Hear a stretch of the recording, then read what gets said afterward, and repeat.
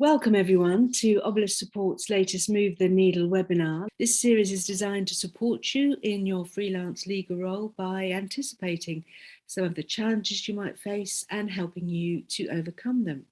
I'm Lucinda Acland, Obelisk's Learning and Development Consultant, and this episode is all about conquering self-doubt. Now, of course, it's natural for all of us to experience some apprehension when going for interviews or starting a new role, but anxiety and feelings of self-doubt can be a problem for some, especially if you're new to freelancing. Today, we'll be discussing managing self-doubt and sharing tips and practical advice to help you boost your confidence and help you perform at your best. And we're very fortunate to be joined by an expert in this topic, Liz Villani, founder of Courageous Success, a global business helping people to be themselves at work. Housekeeping wise, please do feel free to put any questions or comments in the Q&A area as we go along, and I'll keep an eye on those during the webinar. Now, in considering this topic, I've drawn upon the Obelisk team's experience in matching and helping prepare consultants for interviews and settle into their new roles. And I was struck by how frequently the issue of self-doubt and lack of confidence can arise. Now, obviously, this is going to vary from person to person, perhaps stemming from a particular event or experience. And sometimes the term imposter syndrome can come up. And Liz, I'm wondering whether you think there's a recognized way to view this practice. It's a spectrum subjectively, at one end, mild apprehension, at the other end, a crippling sense of unworthiness and personal incompetence that can persist despite, your education, experience and accomplishments. Absolutely. Hello, everyone. It's great to work with you all. Yeah, you're absolutely right. There's real context and a spectrum of self-doubt and the feelings of imposter syndrome that we have. But it's something that most of us have. So in a recent leadership webinar that we ran, 91% of people on that webinar, there were almost 450 people on it, all in senior positions, with great backgrounds, brilliant CVs, very successful careers. 91% shared that they have times when they feel like an imposter, when they doubt themselves at work, despite all of their success and feedback that they've had. So it's something we all experience in different ways at times. Thank you. And before we get into more detail, I just wanted to place this discussion into the context of freelance legal work.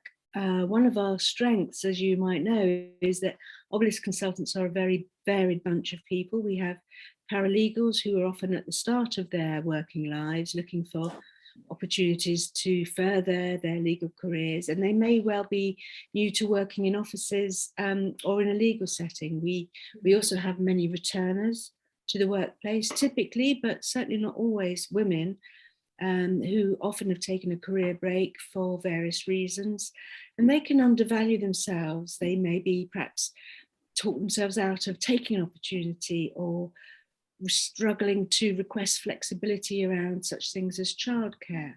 Yeah. But it's certainly also not necessarily an age-related issue. We have senior lawyers who can find themselves doubting their competence. Perhaps they're moving from the familiarity of a long-term position into being plunged into quite a new and very different working environment. Now, Liz, I think you're going to give us some insights into the research your organisation has recently undertaken. Yeah, absolutely. I'd love to share some of the Be Yourself at Work global survey results. And I think, so many of those factors that you've just described are things that can almost trigger elements of self-doubt. So most people, as we'll explore as well in a second with some of the research, tend to rely on stability, on knowing people, on having a familiar workplace every day, and those things in order to feel kind of comfortable with their competence and their performance. And of course, in the Obelisk scenario with your consultants, you haven't got that same workplace potentially every day. And it can feel potentially like you've got to prove yourself therefore all over again as you go into a new role. So there's definitely some challenges there that are quite sort of not unique for people listening for you all, but building more resilience within yourself is almost more important because you're going into new areas. You might have come back from a career break and those things, and you haven't got that stability that maybe a lot of other people have. And I think, the other thing I would share is the fact that you're in the legal profession.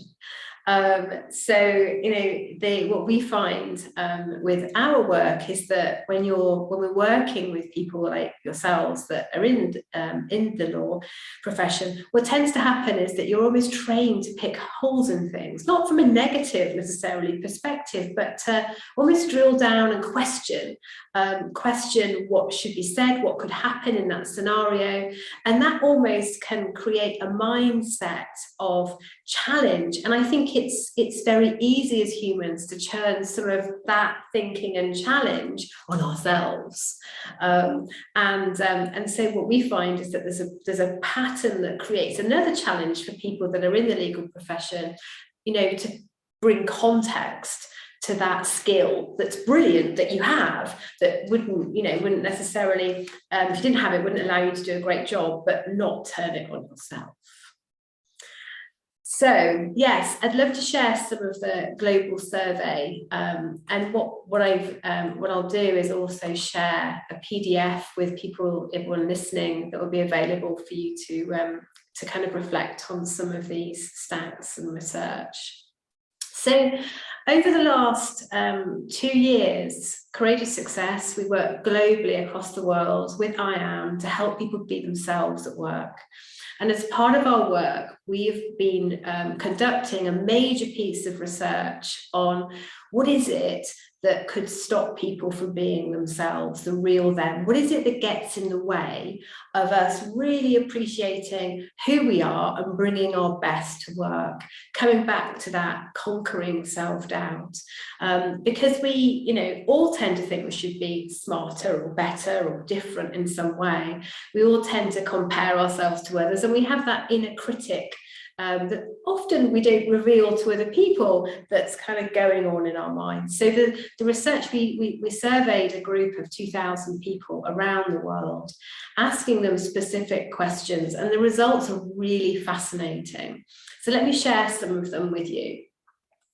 So the first thing from the survey highlights shared that only 16% of people feel that they can bring the real them to where they work. Now, some of that is context. So there are lots of different things and factors that the survey highlights can get in the way. So for example, company culture, the relationship that you have with your manager, the kind of professional sector that you're in. And we've already touched on the legal profession and how that can influence how you feel like you can be you. But also it's that context of, well, actually, who am I? And most people, when you say to them, who are you? So if you're going to be yourself at work, then that's about answering that question. They'll say, well, this is my name, my history, my story, my job role, my experience, my self-doubt, my journey, all of that, my CV, is part of your career journey, if you like. Who you really are, as you, is in your essence on the inside. You're not the labels you've given yourself or your professional qualifications. I would even challenge that you're not a lawyer. Actually, you're Lucinda in this case. So it's the context of actually, who are you, and what is the real you? And the real you is actually all good too. So it's not necessarily our challenging behaviours. So I want to kind of explore some of those things on today's session. But if for everyone listening, if you feel like you can't be the real you necessarily, you've got to be professional, you've got to be X, Y, and Z, you're not alone. So one of the challenges then is that we measured how much people actually know who they are. So if you're going to be you, it really helps you, as I said, to understand who you are. And less than a quarter of people in the survey could absolutely say they really know who they are. So that's part of this journey of moving the needle too. So self-doubt is one of the biggest areas that we really all face when we are thinking about how we show up at work and who we portray. 55% of us worry constantly, and I want to always underline that word, constantly. Worry constantly about what people think of us at work. So in the context, perhaps for you as consultants, when you're going into a business for the first time, or you're making a presentation of the work that you've done, that self-consciousness that a lot of us have is incredibly strong, and that can make us change and adapt our behaviour and not necessarily be authentic. We tend to compare ourselves to other people unfavorably. So we'll look at someone else doing something well or saying something that we think sounds very good, and we'll copy them. But we'll automatically say, am I as good as that? Should I change in some way? And only 5%, so it's a really challenging statistic that's come through, 5% only say they pretty much never worry about what people think about them at work. Now, we want to be conscious of how we're coming across, of course, because we don't want to be inappropriate. But there's a big difference between self-awareness, which we would say is brilliant, healthy, and something that we can all really use and grow, and that almost debilitating at times self-consciousness, where we're overly worrying and anxious about how we're coming across and what people think about us. So we need to do something about this. So within the survey, we built questions to look at some of the tactics that we know work in rectifying and reversing some of these behaviours and some of this self-doubt. So the first point here on the left-hand side, 4%, only 4% of us, so 96% of us aren't doing this. We're not consciously building ourselves up regularly with positive self-talk. So that inner voice that we all have, that only we can hear, the vast majority of us are not using that positively to talk to ourselves in a good way, which is a big challenge. And interestingly, men and women are pretty equal with their lack of self-positivity. There's just 1% between them. So that inner critic, that voice is there. And as a result of these things, our confidence can go up and down. So one day we'll feel great and things feel on track. And another day they won't. And sometimes you can't really work out why. Something will go really well and that will boost our confidence. But then something will go well as well and we just don't feel it. There's an inconsistency to how confident we feel about ourselves. And it's not necessarily always just about logic or skill or feedback or experience. It's just part of our makeup. And that's because we don't have a strong enough relationship with ourselves. So the survey also highlighted the role that our managers play, or that we as managers play, in people being themselves. So 49% of people asked in the survey shared that their manager wasn't being the best of themselves at work. And what I would share here is it's not just about being a manager, it's also about being a great co-worker. And building a culture where you can really have authenticity and trust and psychological safety. So if we're not being the best of ourselves at work, then actually other people can't see us, which comes to the other point on here. Over half of people feel that others need to prove themselves in some way to them before they will be the real them and be themselves with them. So we tend to have a guard. We tend to have a guard and wait for other people to be competent or trustworthy or listening or whatever it happens to be before we open up and let them see us. And so this can perpetuate this feeling of compromising who we really are and having this professional persona, and that feeds that self-doubt and that imposter syndrome. And that has a challenge. There's a challenge to this because there's a pattern that can then emerge. So if you think about that, all of those things we've talked about, that worry inside of us about what people think of us, almost drives a level of self-consciousness. And then we can kind of overthink, we doubt our fit, we can doubt our competence, especially with senior colleagues maybe, or also people we meet for the first time, or customers. So the more we consciously worry about how we come across, then the more we tend to change to impress. So we'll create a persona, we'll copy people, we'll become more formal, we'll become more kind of like, practical in terms of our language and the workplace of those things, because we believe that's what other people will see as competent. And we're essentially holding ourselves back. And when we do that, we reduce our ability to make a difference by being us. And again, we'll compare ourselves to others. And all of that is creating a cycle of self-doubt, which means that we're not necessarily as resilient as we could be. So if you think about it as a cycle, this is a cycle that we need to break. And there's some tools I'm going to share in this session to help you think about how to break that for you. So I wanted to share with you all some really fascinating statistics around the difference between men and women. And that's not to be divisive. It's just to share a couple of things that sometimes we can think it's just us. And knowing it's not just us that's doubting ourselves can make a huge difference to how we then feel. So here's some interesting statistics to share with you around women. 1 in 5 feel only 1 in 5 feel they can really bring themselves to work. And the main reason for that within the survey for women was cited as a lack of confidence. So that self-doubt, that pattern that I've just outlined, can really be a trigger point that can stop us really being us. We are much more as women likely to compare ourselves unfavorably to other people. This is a real pattern that's emerged for women. It's not the pattern that necessarily has emerged for men, which I'll share in a second. So what that means is that if you, when you're going about your work, it's worth watching out for comparing yourself to others consciously as a woman, okay? So as a woman, really notice when you compare yourself to others. And my tip would be, instead of doing that, compare you today versus yesterday. So you're almost comparing yourself against yourself and building and growing yourself, rather than thinking you should be like everybody else, or everyone else is better than you, or certain people.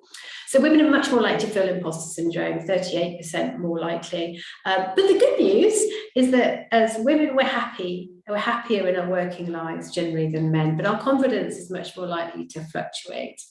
Those of us on the call who manage other people or interact a lot with women in our world, there's a real opportunity that we have as people, not only to kind of focus on ourselves and stop comparing ourselves to others so much, but also to help others to do the same. So if you're managing other people, help them to compare to them. What have I done or been today that was even better than what I've done or been yesterday?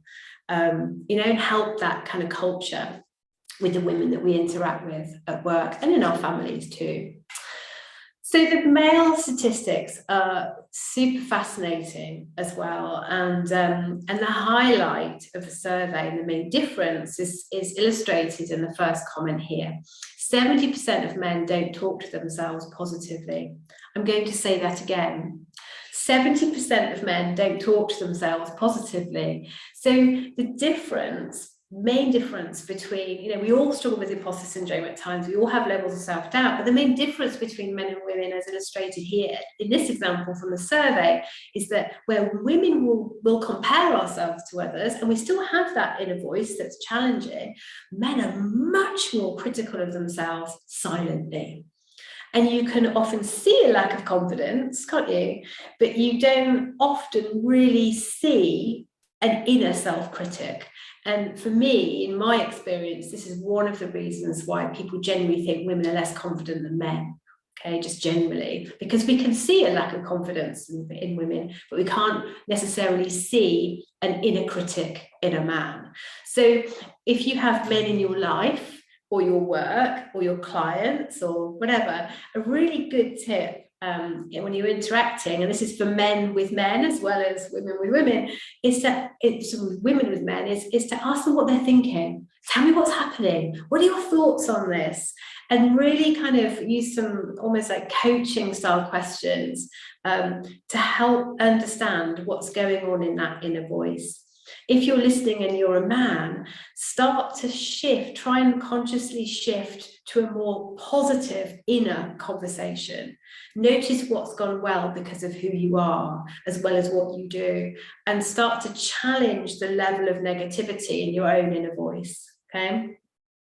So as you can see, only 34% of men say their confidence levels are steady. Men's confidence can really swing up and down, but often it's a secret because of the inner critic. It's something that's closed off, that's happening inside of them. Women are much more likely to share how they're feeling versus men. And men are, less likely than women to worry about what the others think about them. There's a level of conviction about a man, perhaps because of that inner critic that they're controlling, if you like. But only 15% of men, a lot less than the overall survey, 15% of men have absolutely no idea who the real them is. So men are much less likely to know who they are. And they're less guarded. I put this in for a bit of fun. So maybe this is why men are better at the chat-up lines than women, where men are generally less guarded, 20% less guarded than women. Women will be a bit more reticent before they potentially engage and be the real them at work. So I hope that's been useful for you, just to kind of explore and reflect. The main kind of messages around that are, it's not just you. And we do have these tendencies to compare ourselves to others and have this inner critic, and our confidence levels can move up and down. And if you throw in the kind of challenges that you have within the legal sector around training yourselves to look from all angles, really thinking things through, there's a challenge there. You could turn that on yourselves, and then that can make confidence levels more challenging. Thank you, Liz. That is really fascinating. There's some great insights there. I particularly think what's compelling is this, we can sort of create a cycle of self-doubt by trying to manage it by becoming more formal and worrying, and the more we move away from ourselves, the sort of worse it gets. And obviously there's some fascinating differences between the way that men and women manage this. And I also particularly like the fact that obviously as humans, we're not going to stop comparing ourselves, but you can switch it to compare yourself with yourself. Yes. So that's a really positive thing. I just wonder if anyone's got any questions. I can't see any, but do feel free, as I say, to pop them in the Q&A box. So Liz, Obelisk clients range a wide range actually, from FTSE 100s to startups, and also in-house and as well as in private practice in law firms. And I know you've got your finger on the pulse of the business challenges. Can you tell us about a few of the current business challenges that people are facing out there? Of course, yeah. I mean, I think, I guess I would start by sharing that everything I've shared here and everything that you feel about yourself as you're listening to us sharing some of this exists in everyone else around you too.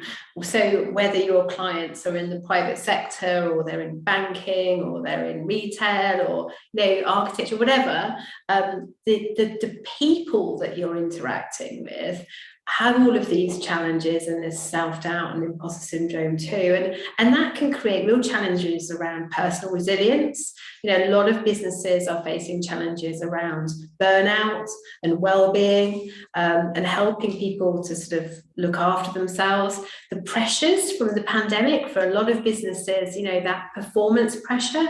Cost cutting means that everything has to speed up from a productivity perspective. We're hybrid working, and so And obviously, you know, we're working much more going forward at home. So we're disconnected in a lot of ways to each other. So some of the natural ways that we gain confidence is by receiving other people's feedback, by them listening to us, by them seeking us out as the expert. These things, businesses are finding that actually people haven't necessarily got those opportunities to interact with each other, which means that resilience levels are going down. And so, you know, the questions around self-doubt and those things, you know, can really lead to, you know, burnout, you know, and those things. And what I would say is that everyone buys you. So the minute any of these things can get in the way, if you think about being a consultant going into a client, of course they're buying your skills and knowledge and all of those things that are fantastic, that help you to do a brilliant job, but they're also buying you. And so I think, you know, what I would really love to encourage everyone listening is that you have this amazing opportunity going into a client to help by being you, the people that you interact with there will also be them. And by being you, there's a message to those other people that say, I like being with you. And people by people.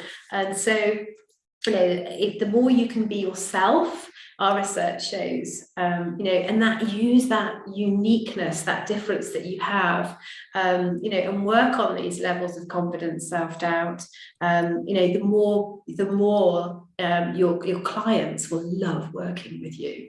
You know, and the trick is just to be normal, be you, be human, and then of course use your skills to do a great job.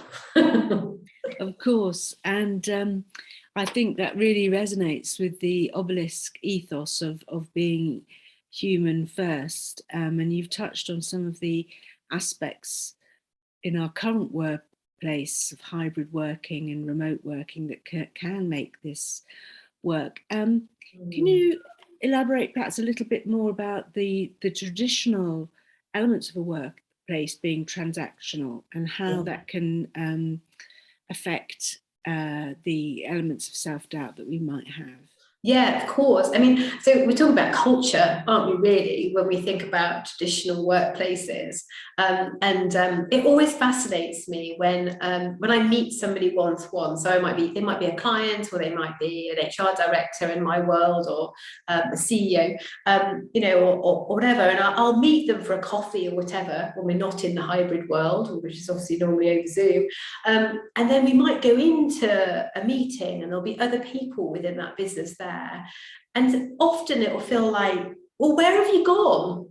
You know, we've had this conversation and you've been yourself, you know, and we've had a very normal, natural human conversation, but then we've gone into a situation where there are other people in the culture in your organization, and it's almost like your light has been dimmed.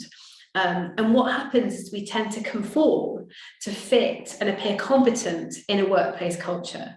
And so we can change ourselves. You know, most of us, when we want to impress or we seem to be competent, you know, yes, we might self-deprecate sometimes and some of those things, but we're much more likely to go quiet, to go serious, to use more numbers, to use more logic. And all of that, of course, is important when you think about business and the world of work. But actually the humanness that not just doing those things and actually staying that person and not conforming to that traditional culture is huge. You know, the research shows productivity goes up. People feel happier and more positive in cultures where there is humanness. So all of us have the opportunity, a decision at that moment, to not conform to any kind of traditional workplace culture, but to be our best selves as who we are in that moment. Thank you. Yes, I mean, it's it's compelling of itself, but it's also underscored by the fact it makes business sense not to exactly in a rigid box in that respect. Yes. So looking from perhaps the client side then to the consultants' challenges, their perspective, and obviously I mentioned we don't have a one size fits all type of consultant, and they're going to be at different stages and different reasons for doing freelance work. And I think sometimes that can add a certain level of uncertainty, and certainly there is an expectation which can't be hidden, that freelance lawyers are expected to be flexible and adaptable. And would you say this being yourself, this ethos, really can help you? And I think you've got a great phrase about being self-aware but not self-conscious. Exactly. If everything around you is changing and every day you have to flex and adapt, as human beings, we need at least an anchor. So rather than making your office or the place where you work or the people you know, or doing a good job because X, Y, and Z people or whatever said that you were good as your anchor, if you make yourself the anchor, no matter where you go in whatever environment, you will feel grounded and you'll feel more comfortable and less self-conscious. And that's about being you. Yeah, that is a really key message in that you are less reliant on external affirmations if you have them from within. And I know you've got lots of tips about how we can tame this harsh inner critic by being authentic, and perhaps we could come on to that, because we do know that negative behaviour gets in the way of productivity. Yes. I took some soundings from the team about some of the common areas, because it's sometimes simple things that can affect people's confidence. They bring attitudes which will hinder them. Some people are maybe not so comfortable in working in a flexible dynamic that they perceive. They come from perhaps more of a traditional area. Also, I don't know if you've come across this, where they've been senior and they feel it's perceived as weakness to be asking for questions. And particularly this can be exacerbated if they're working in a team managed by younger people. They think they should know everything. I wonder whether you've got any thoughts about thinking about people who may be hybrid working, or more particularly working from home, who might sort of self-exclude because they're feeling unconfident. And what if you've got any tips about conquering that approach? Absolutely. So what you're describing is our reactions and behaviours when we feel elements of discomfort.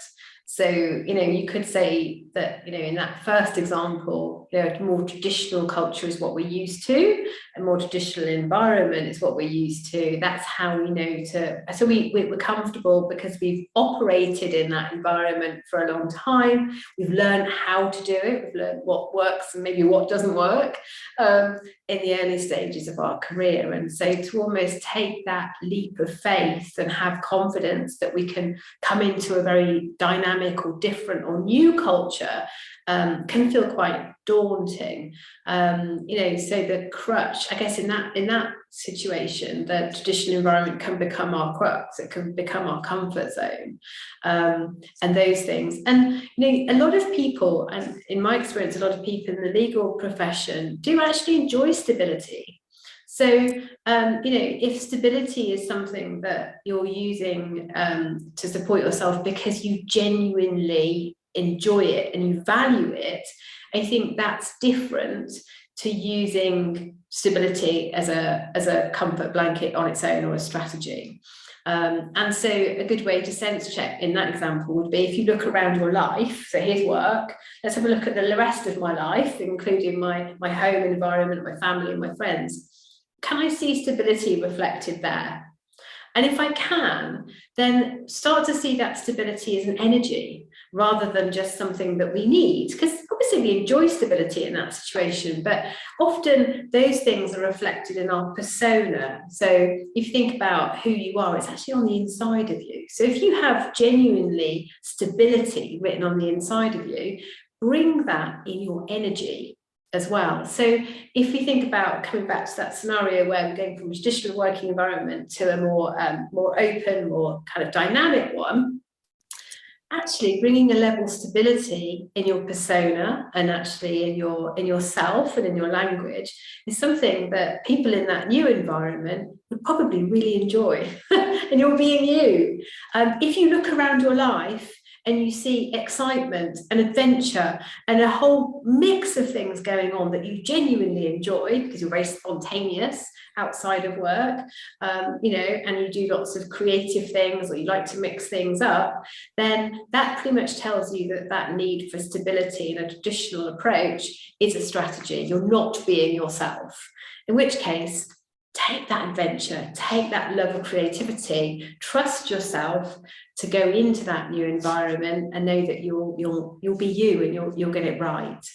So I think what I'm trying to sort of help people to think about is, what am I using to feel comfortable and confident?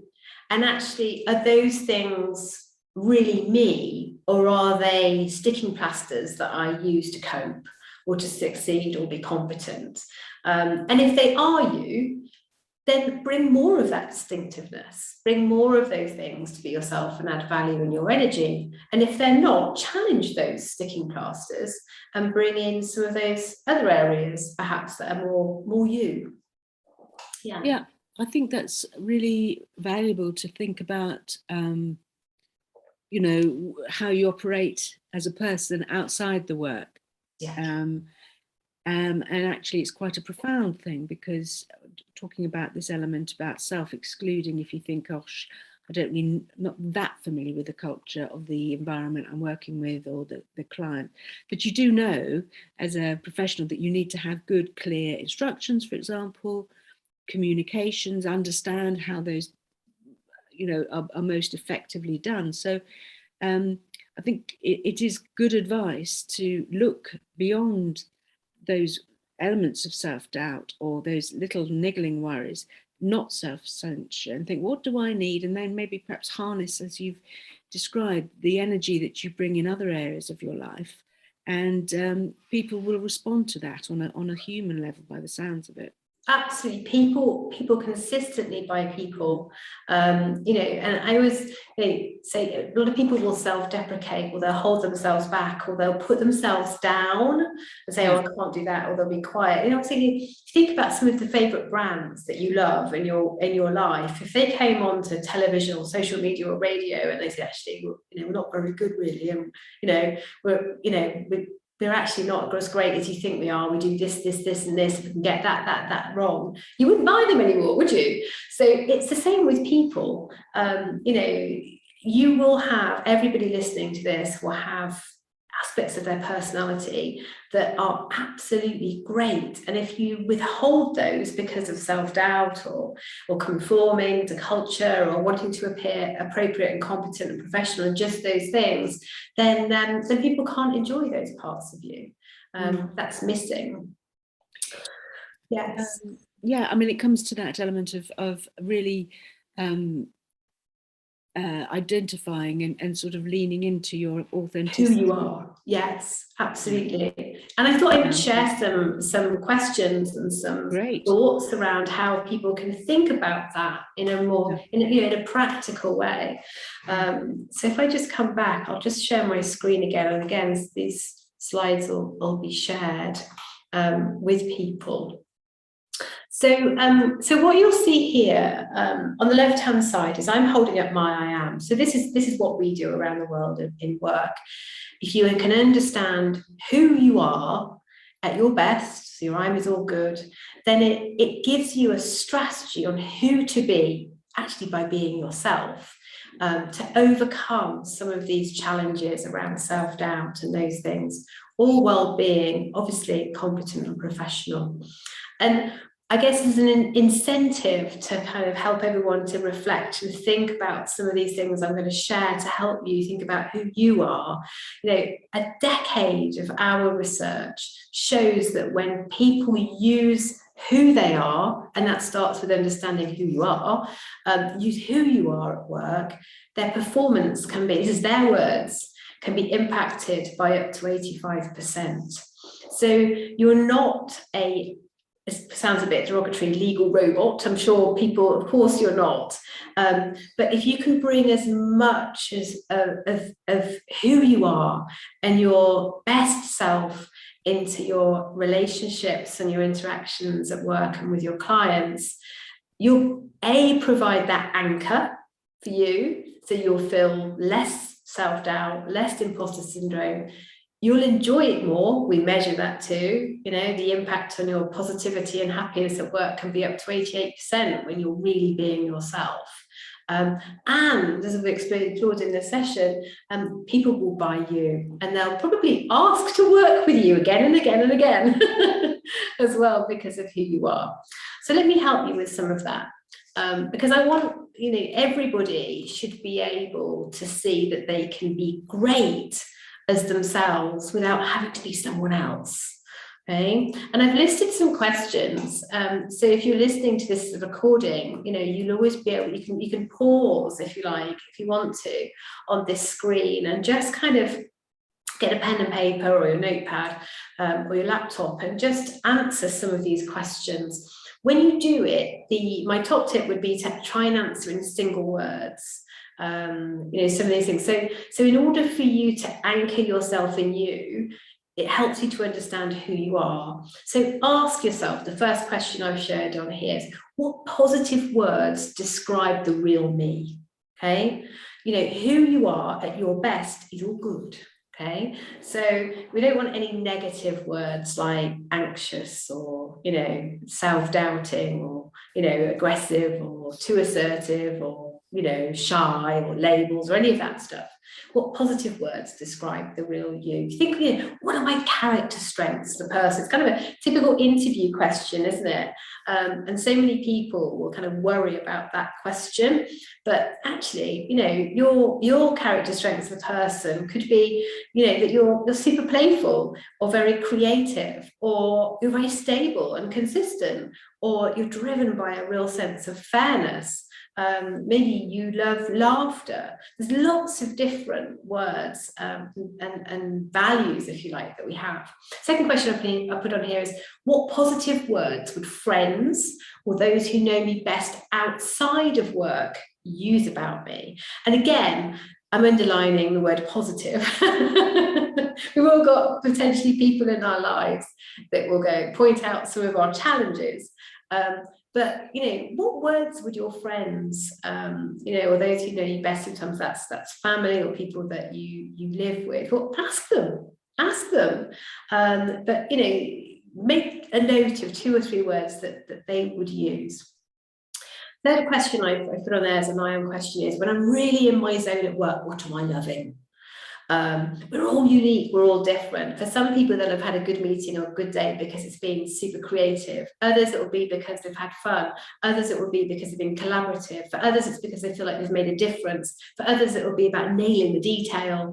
You know, we're all different. So when you think about yesterday or a day recently or today that you really felt like you're in your zone, and write some words down that really reflect what it is that you're loving in those moments. And then finally, the question I've put on here is, when I'm full of energy and feeling fantastic, how do I behave? So when we're full of energy and feeling fantastic, we tend to lose that self-consciousness. And when we lose that self-consciousness, we let go and we are ourselves. So in those moments, don't put a professional filter on this, okay? In those moments, what are we like? Maybe we're full of smiles. Maybe we really listen. Maybe we're naturally fascinated and inquisitive. Whatever it is for you, just make a note of some of those words. And if you'll see me holding up my ANN card on the screen. You'll see the single words and phrases. And the trick then is to be those things. So we'll often go into a client meeting or a work situation, and we'll think about what we're going to say what evidence we're going to show, the detail, you know, the logical black and white. Spend as much time thinking about who you're going to be, but use you. So use the words that in this exercise you create to then show up as that. And, you know, I've shared a tip here. You know, I give myself positive energy by being aware of things that go well because of me. So you'll notice that when you start to be more of these words in your personas, that people will pick up on that energy, and things will really start to go well. And the trick is to notice that.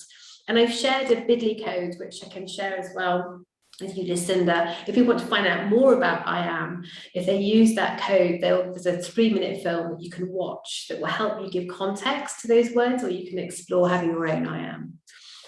But the trick is really to understand yourself and who you are so that you can be you. That is great. I think it is really valuable to have a practical exercise to create the framework to put into practice what you've been describing, and in a very accessible way, and identify the qualities that we all have which are unique to us, and build on these. Now, again, if people have questions, please do put them on the Q&A, but I know a big question that people often might face is pinch points as a consultant, and one of these is being invited to an interview, and I think you've got some thoughts about how you can bring your best self to an interview, Liz. Perhaps you can share those. Yes, absolutely, of course. I can share some top tips about interview. Let me just stop sharing my screen so it's not distracting for people. So yeah, there are some tips that I can share in that situation that will hopefully help you to be you. The first tip number one I would share is, when you think about that situation, show the interviewer that you like them.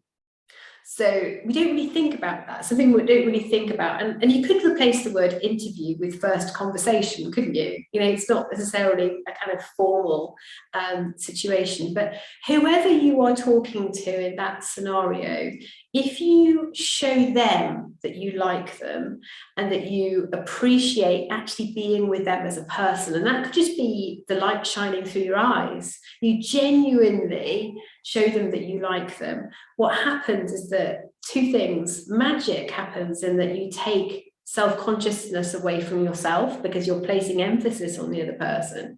And the second thing is that they will be them, because we look for validation from others. They will relax. A lot of interviewers are more nervous than the candidates, if you didn't realize that sometimes. But that person will then really be them. And so that would be my first tip, is kind of like show people that you like them. The second tip I would say is that when we think about conversations, interviews, interactions, meetings for the first time, we tend to think about first impressions, don't we? So we think, okay, I've done my hair, I spend time doing my hair, or I'm wearing my best tie, or I'm whatever it happens to be. I'm thinking about my Zoom background or my Teams approach if we're on virtual, and we think about entering that conversation. But actually, a lot of research and our research shows that people are remembered potentially more for their last impression than their first one. But we don't really think about that. So spend time reflecting ahead of a conversation on how you would like to close that meeting. What is it that you want to show? What is it you want to be? And coming back to tip one, it could even be something like, irrespective of whether we work together, I just want to share that I've really genuinely enjoyed meeting you. And that in itself has been very beneficial. So thank you for your time. So you're almost kind of blending those two, but thinking about that last impression is super important. And then my final tip, which we've kind of already covered, which is easy, is just be yourself. And so, if you take the time to get an I Am, create an I Am, or just use those 4 questions just to create a word map, if you like, be that person. People buy people, and they'll buy you. Oftentimes I see in interviews, people are given that question, tell me about you. and they'll recite their CV, or their experience. Well, we've already seen your experience, otherwise you wouldn't be here. We've already seen your skills and your CV, if that's the scenario. Actually, what we really want to know is who are you? That's the question that we're asking. And so tell them about, your natural self, your values, those words, and how they show up in your life and how they help you build relationships and bring enjoyment to the people that you work with and to you. So those are my 3 tips for meeting people for the first time, interviews, or any kind of scenario like that. Number 1, show people you like them. Number 2, think about how you close. You're going to close that conversation because you don't tend to think about that. And number 3, be you. These outlines that you're giving can be readily applied to other pinch points, which can be, the times when we do have communications as consultants with our clients, particularly if they're part-time or remote working. So this personal engagement, thanking them, and that helps really clarify instructions and those particular aspects, because if you're able to establish good communications, that is a key aspect of your role as a consultant. The one thing I've thought of, and I don't know what you think of this, is in situations, Liz, where perhaps things have gone wrong, which is a slightly more complex communication to have, or you've got to tell somebody about a problem, or in fact you're finding that the other person is putting up sort of barriers. They don't seem to be being very authentic. Have you got any words of wisdom? Because that could perhaps, even if you're bringing yourself, that could be a response that starts to eat away at your confidence. Completely. So I have some really quick tips on those scenarios. My first tip would be to ban the word why. I know that sounds very simplistic, but in a situation that could be quite tricky because something's gone wrong, if you start to ask yourself why, or you use whys in your conversation when you're kind of exploring what's happened, it can feel quite emotive. It can get people defensive. It'll actually, potentially make yourself defensive, and then you could start to overthink and worry more. And so in difficult communication and challenging conversations in that kind of scenario, I would always suggest that you ban the word why and only use the word what, so that you're keeping away from emotiveness. What's happened? What needs to change? What are the challenges? What are the opportunities? What's happened? It keeps it very logical, practical, non-emotive, away from blame, and you'll worry less about yourself in those scenarios. So that would be one of my tips coming into that more challenging situation. But I guess my other observation, and in fact this helps, coming back to kind of how we began this webinar and recording, coming back to imposter syndrome, is that there are massive advantages to having imposter syndrome. So people, when we have imposter syndrome, that worry makes us plan. The worry makes us practice. It makes us think we're going to be really high quality here, so we're not going to do a slapdash last minute approach. So there are advantages to it, but everything we've shared in this session also highlights some of the really quite debilitating challenges with it too. And I will share my top tip on imposter syndrome. When we feel it, when we doubt ourselves in that moment, and this is an example where perhaps something's gone wrong, and we're challenging our competence and how we're being seen and those things, is that if you just stand back from what imposter syndrome is, what we're doing is we're really kind of like tuning in and being quite sensitive, but we're making it about ourselves. So then we're worrying about things and like that. People who have high levels of self-doubt and imposter syndrome, in our experience, if they turn that sensitivity outwards, it becomes a huge, powerful character trait. I'm talking about empathy, intuition, sensing and tuning in, and then using your clever logical brain, which everybody will have listening to this because of your profession.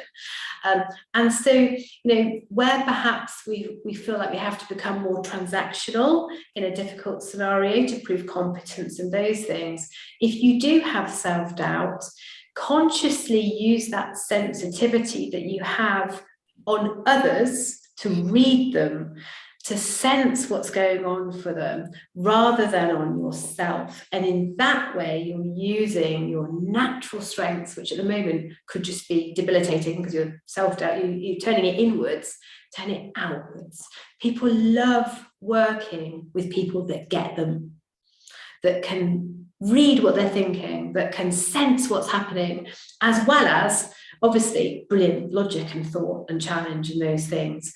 And so anybody who is listening to this or has elements of self-doubt or imposter syndrome, you have this huge opportunity to be really emotionally intelligent at the same time, but how much you using that on you rather than outwards. Does that make sense? Absolutely. It's a really helpful perspective, and particularly to turn sensitivity and turn that positively outwards and making it work for you. So thank you, Liz, so much for your advice and guidance. We'll be sharing your resources on the Attic blog posts, and where we can find out more about your IAM process. And obviously our consultants can get help from the Obelisk team in terms of preparation, any worries they've got about preparing for interviews, starting work, or if they've got any issues as they arise. This Move the Needle series is available to watch on our Obelisk Support YouTube and joins other episodes. And we welcome any suggestions for any other topics to help you develop your career as a Obelisk consultant. So thank you very much, Liz, and see you all soon. You're welcome. Go and be yourselves.